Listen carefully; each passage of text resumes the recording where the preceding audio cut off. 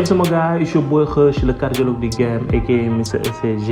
you know. Donc aujourd'hui, on va parler du projet de Gunmore nommé Feu de Joie. Un projet qui est sorti récemment, un projet de 13 titres, sorti le 29 septembre 2023, you know. Donc le projet de Gunmore, disponible sur toutes les plateformes de téléchargement d'abord pour gars yi xam ko loolu benn la ci. Donc kan mooy Gunmore? C'est le gosse qui est sorti de nulle part, qui nous vient de Kër Mbaye Fall, le gosse qui a remporté Flow Up, mooy boy bi nga xam ni moom moo ñëw wane boppam nekk révélation ci Galsen Hip Hop Awards. Et récemment nommé nañ ko ci Man of the Year bu Rap 221. mu génne fii récemment benn produit bu tudd Interlude, mu nekkoon benn EP boo xam ni def na ci ay sandal ak benn featuring bu grave ak boy Kër Mbaye Fall yi nommé Complexé. Regardez. Games symbolise le rondel toog na junni flow du jafe ñu jot ci sommet ne nga yaa fi dàkk rap yaa ngi xëccoo sama moomeel mu ñu place si biir sabar ku génn ci yéen du dugaat ku laajte kama fa ne leen ko wuy sabar. Comme ni ngeen koy gisee noonu featuring boobu la def ci biir Interlude mu doon le son Complexé. Après il a sorti benn clip boo xam ne mu doon annoncé projet Feu de Joie bi mu tudd In the Area. Gunmore yegsi na mu ngi noonu wane boo xam def ego trip affaire bi nice mu génne ko le 22 septembre.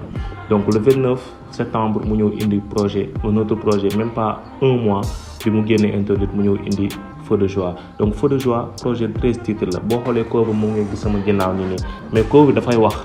parce que il nous dit carrément que c'est son papa qui est à gauche de lui, yaayam moom moo ne ci ginnaaw, frère am un ami quoi, un ami frère, un ami boo xam ne dafa mujjee dem ba nekk frère am mais malgré maanaam ñàkk bokk diine bi parce que boo xoolee bu baax gaan bi dafa takk croix moom mu teg course wet gi ça dit que ni sont des frères quoi. Juste muy xaw a fàttaliwaale histoire bi nga xam ni fan yi moom la gars yi doon ngawtee di ci wax ci diggante musulman ak chrétien muy wane ni que ni ñun nous sommes des frères quoi, affaire bu nice. Donc koo bi aussi di wane mu teg soccu koo xam moo xam ni bu ko bëgg soccu mu teg soccu teg livre am teg ay livre am wane ni que moom gëstu meen la quoi. bokk na ci booy nga xam ni ñoo gën a ñeme wut xam-xam Gunmore ci la bokk, yeneen comprendre. Voilà mu ñëw teg aussi Brada ak Kaas wane ni que ni Brada bi boo xoolee gis ni ci suuf dafa xaw a xuur mais wane ni que nit ki buy liggéey benn affaire bala moo neex foog mu metti quoi, maanaam bala moo neex foog mu tàng ba pare. Donc Brada bi loolu lay illustré. Kaas yi mu teg ko mu wane ni Brada Kaas lu bari bu ñu tegee ataaya ci la xam-xam di feeñ, ci la waxtaan bu bari di am ci diggante Brada Kaas boobu ñuy teg noonu sama kaas wala ma toj kaas yaa ma gën a xam. Voilà donc projet bi boo xoolee cover bi noonu la bokk na ci cover yi nga xam ne moo gën a nice ci hip hop Galsen. Donc tracklist bi nekk noonu. Donc les sons comme l'enfant prodige, voilà comme l'enfant prodige day wax ba léegi ci day ñëwaat ci cover bi quoi, parce que l'enfant prodige papaam taxaw yaayam taxaw ñu bari xamuñu ko woon donc pax mi yaayam ñu ñoo nekk ci cover bi. L'enfant prodige c'est Gunmore mu ni deuxième titre mu ni la saga commence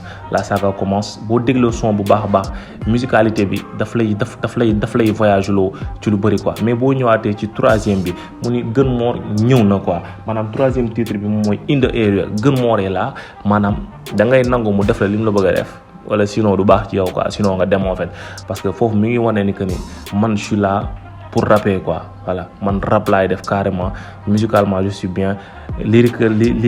lyricalement aussi je suis bien. Donc Gunmore fait partie des artistes yi nga xam ne ñu jara bàyyi xel nañ quoi. Voilà quatrième titre bi mu nekk Bois Caïman ba léegi aussi daf la yóbbuwaat ci cover bi quoi, genre l'africanité parce que il faut nga nekk bañkat quoi. Voilà l'Africain doit être quelqu'un boo xam dafay nekk bañkat parce que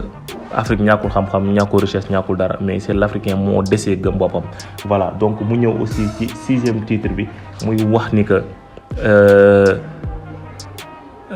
si cinquième titre bi maa ngi fàtte parce que si cinquième titre bi mu ngi naan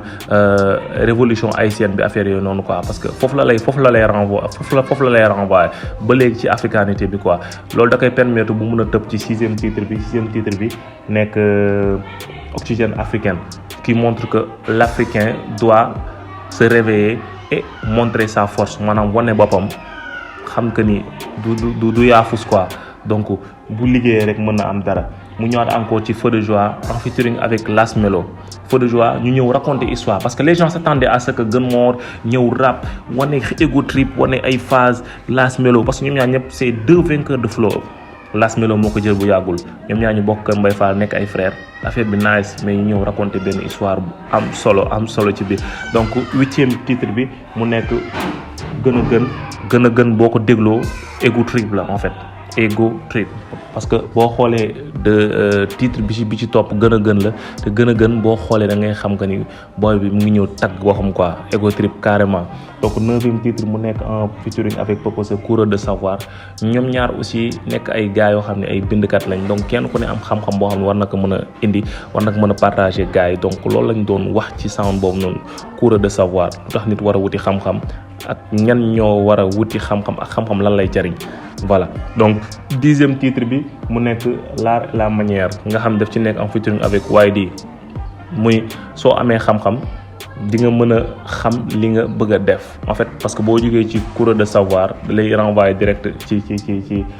l'art et la manière maanaam il faut nga sàkku ci xam-xam pour xam na nga utiliser xam-xam bi quoi parce que boo amul xam-xam moom ci jamono yi ñu toll nii da ngay am sérieux problème amul inconditionnel avec Ngoné mu ci wax ni